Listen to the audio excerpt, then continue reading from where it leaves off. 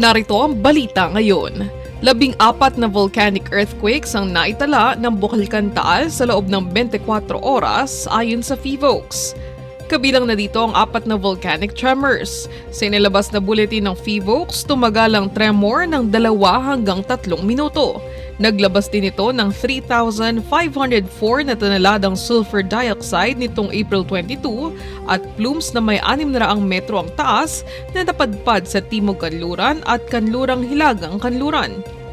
Nananatili pa rin sa Alert Level 1 ang Taal. Ipinagbabawal ang pagpasok sa Taal Volcano Island, lalo na sa main crater nito at Daang Castilla Fissures.